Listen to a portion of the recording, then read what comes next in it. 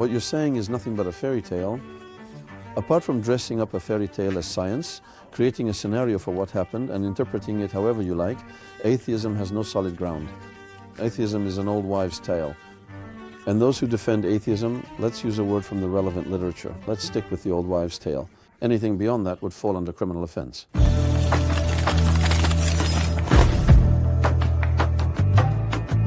Welcome to Zero Screens. You are in the free zone.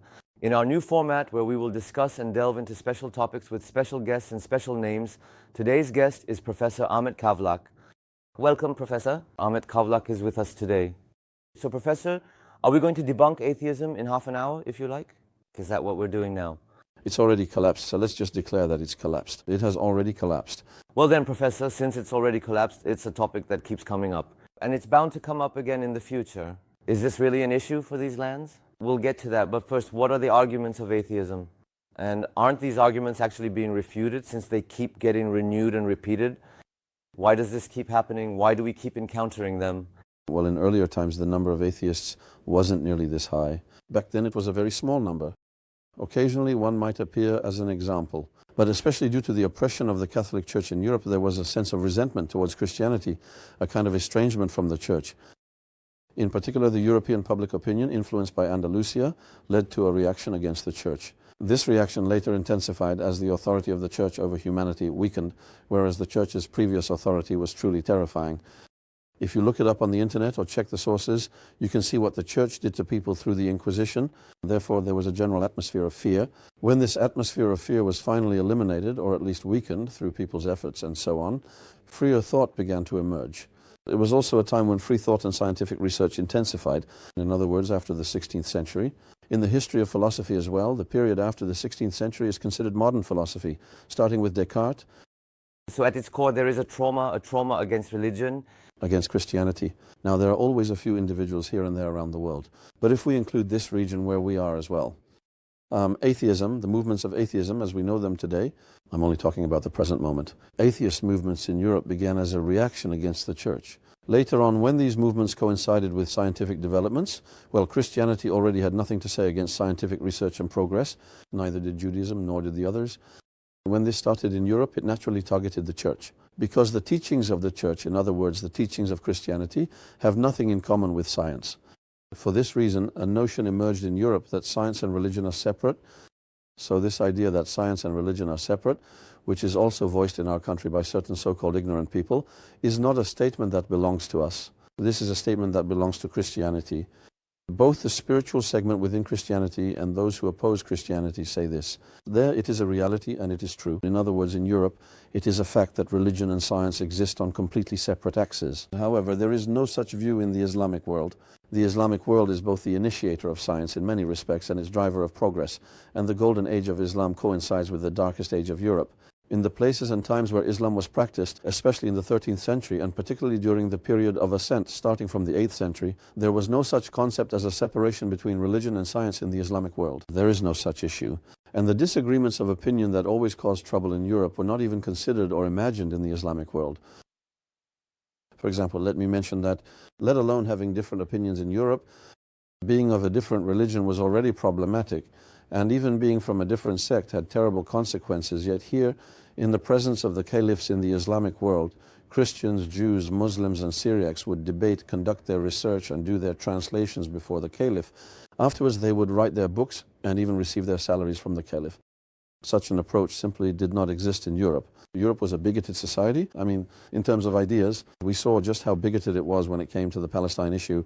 I mean, Professor, the 30 Years' War, the 100 Years' War. If after every war in the world we were to take a world map, imagine it as a globe, and suppose that every time there was a war somewhere, a light or an LED would turn on at that spot, then the continent with the most lights on would be Europe.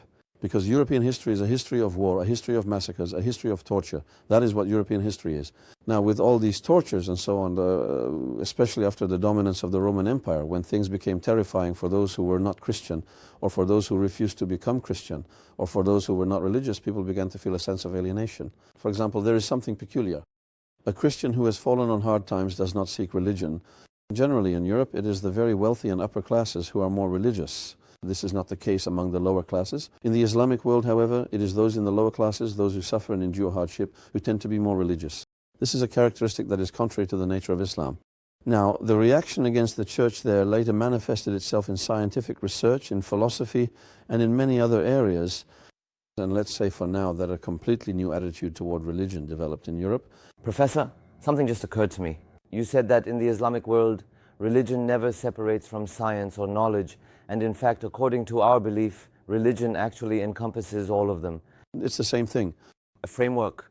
So is it not like that in the Christian world? I mean, normally I don't assume that the Christian religious perspective also claims that their faith encompasses and covers everything. No, according to Christianity, they have fixed views on everything, from the idea that the world is the center of the universe, to the belief that it cannot be moved, to the notion that everything revolves around the earth. And because these views were contrary to the scientific perspectives that gradually began to emerge, when a reaction against the church's views started in the 1400s and 1600s, the church organization, especially the Pope, and at that time it was the only organization and even more powerful than the kingdoms, responded.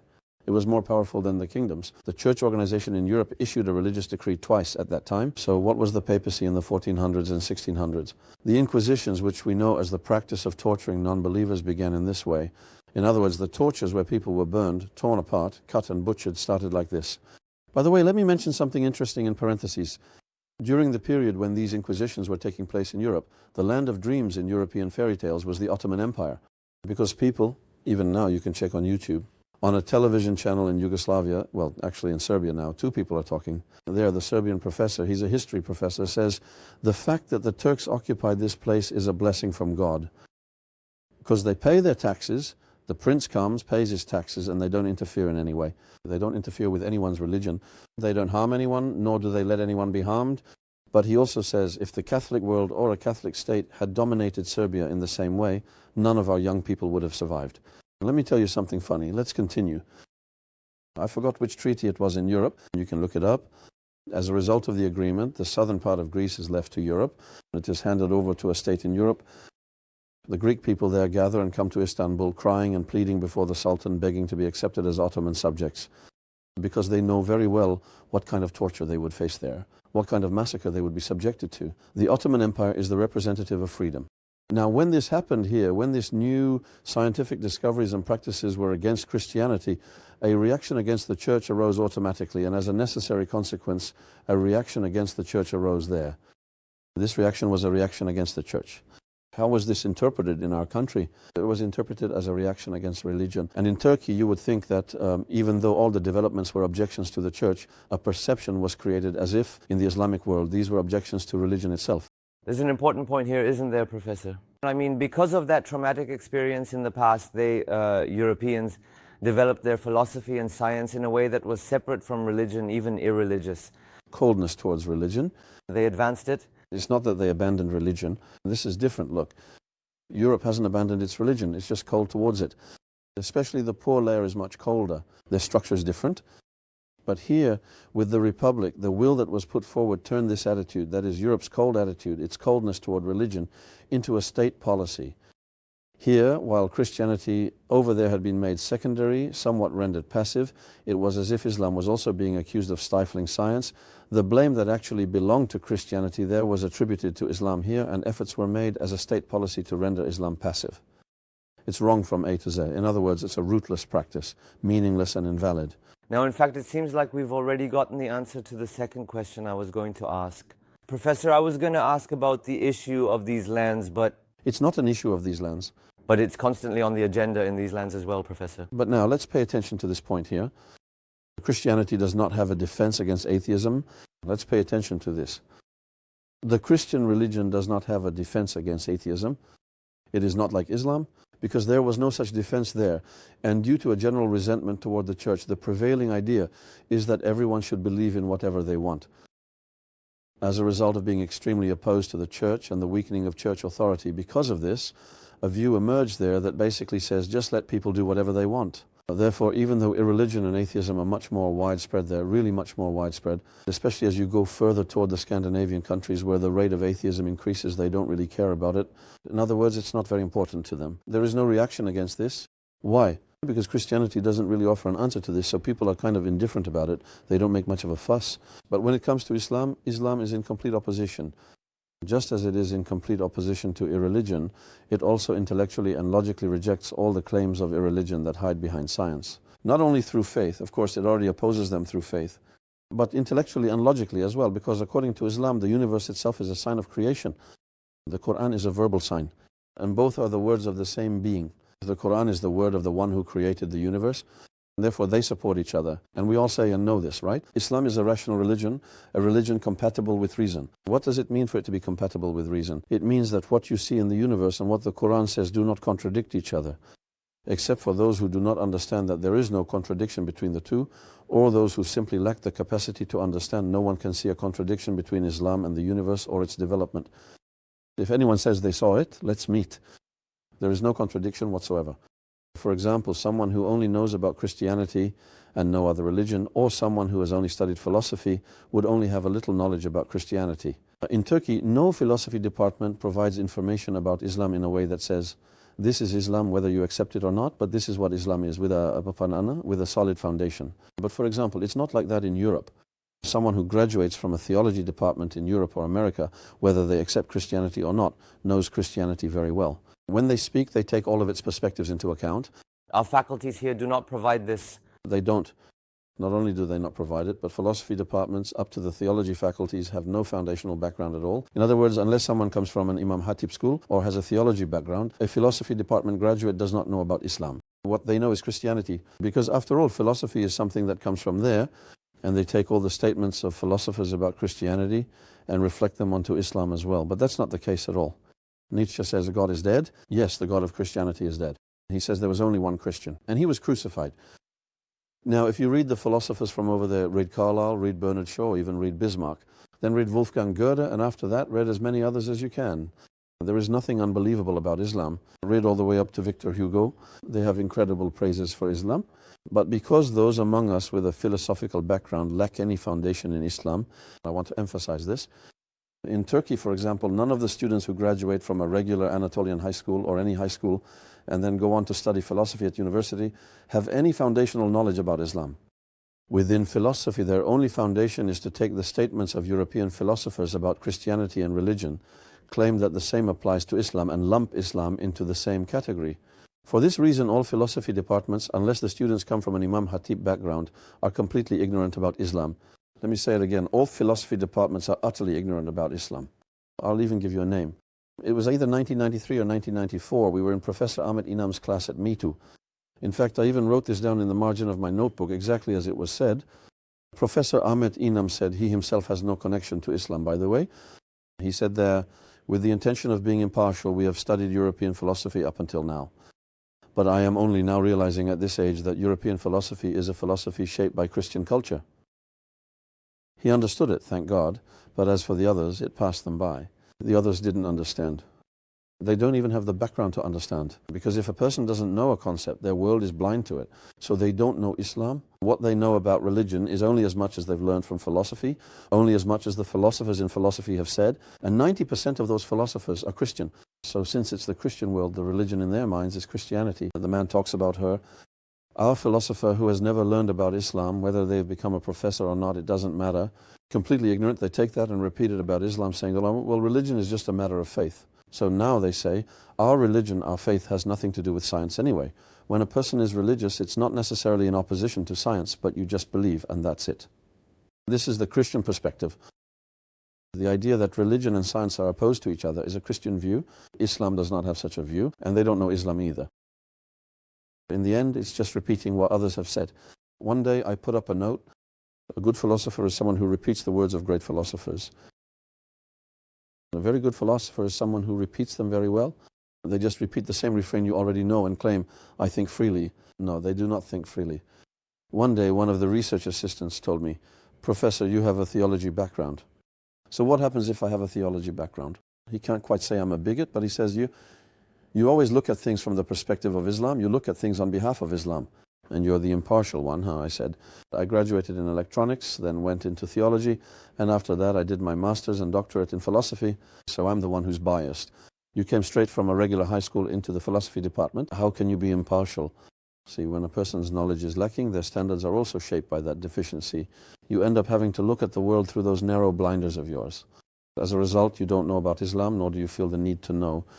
As Wittgenstein said, is it language that sets the limits, or is it the world that's limited? Therefore, someone who doesn't know about Islam but learns the statements of European philosophers about Christianity within philosophy and assumes that this contains the whole truth and that there can be no other perspective on religion is what we call, in the literature, utterly ignorant. What is the exact Turkish term for this? Compound ignorance. He doesn't know, and he doesn't know that he doesn't know. That's the situation, in short. Hoja, you spoke very well just now. Thank you indeed. When it's true, when it's the truth itself is beautiful. How it's said, that's a different matter. Thank you. Now, Hoja, of course, this isn't just limited to what we talked about in schools, lecture halls, or just on an intellectual level. I mean, nowadays, bringing this down to what some people call the common folk, making it accessible to the language and understanding of the public is actually very easy. Because nowadays, on social media, television, and all kinds of open platforms, their algorithms are actually more inclined to bring such unconventional ideas to the forefront because they attract more attention. Yes, if you say something about LGBT, even if you don't advertise, suddenly you get pushed to the front. That's right. I mean, both heaven will be filled and so will hell. After all, both were created. So in this case, sir, we can quite clearly see that this is no longer just a completely innocent and harmless way of thinking.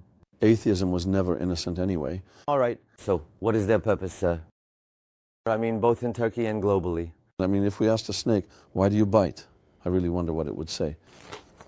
The scorpion rides on the frog's back to cross the stream and then stings the frog, killing it. If we questioned the scorpion and asked why, what would it say? The scorpion has nothing to say about this. Why? Because it is a scorpion. It can't act any other way. Now look, in Turkey, whether it's elementary school, middle school, high school, or university, people, including those studying theology, I'm including students from Imam Hatip schools as well. I include them, whether others do or not, I can't say. Islam is often reduced to worship, ignoring its intellectual foundation, even though Islam is a religion based on reason. Every command has a rationale. Every prohibition has a rationale. Is there a school in Turkey where the commands of Islam are taught together with their reasoning and logical foundation? No, there isn't. In elementary, middle, and high schools, what is taught about Islam is only the practical aspect. There is no intellectual foundation of Islam presented.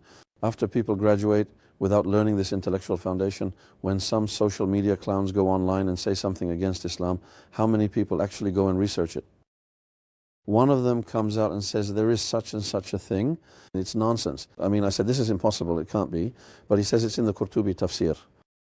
I opened it and checked. I knew it wouldn't be there, but I still looked. There's nothing related to it in the Qurtubi tafsir. But 99% of people won't go and check that source. So even if a few people say, yes, this person is lying, 99% have already absorbed the poison. Yes. How can atheism defend itself scientifically? Did you find anything related to a force, knowledge, or power that puts the apple tree inside the apple seed? Have you discovered anything about the reason behind watermelon seeds? Did you discover anything in the world that causes human thought to emerge? Other than making up stories about how the liver came to exist, did you come up with any reason besides saying it was needed, so it happened, or it just happened somehow? What did you do? Did you discover a reason that explains the presence of the software inside a cell and thereby prove the non-existence of God? Because non-existence cannot be proven, only existence can be proven. What did you find? So what capital does atheism actually have? It must have happened somehow. Life somehow emerged from the inanimate. In fact, we don't really know, but there must be some reason and so on. Saying such nonsensical things that completely defy reason and then claiming we're speaking scientifically while Islam says art requires an artist. How could it be otherwise? Can't someone be a needlework master? Come on, are you really saying the same thing? A letter can't exist without a scribe? Oh, how could that be possible? What's going on? Did you discover that the needle has a craftsman? What's going on? Did you discover that letters exist without a scribe? What's going on? Did you discover that art exists without an artist? Suppose a painter holds an exhibition and displays all the paintings he has created there, presenting an amazing three-dimensional and perspective effect, a sense of depth, and then places the tools and materials he used to make those paintings right next to them. Someone you are watching, he came there too. He looks and sees that you've used red paint to create a flower. You look down and see the red paint. There's the brush with red paint on it and a palette knife. Then there are the colors. All the paints, their types and everything are there. While you're watching, someone comes up and says, hey, do you see this painting? Look, this painting right here, he says. Look, do you see this red color? Yeah, this is the reason for the red color. Look at the palette knife, there's a mark here. Yes, if he says this palette knife mark is because of this palette knife, this brush mark is because of this brush, and completely leaves the painter out of the picture, cutting off all connection between you and the painting, what would the painter think about that?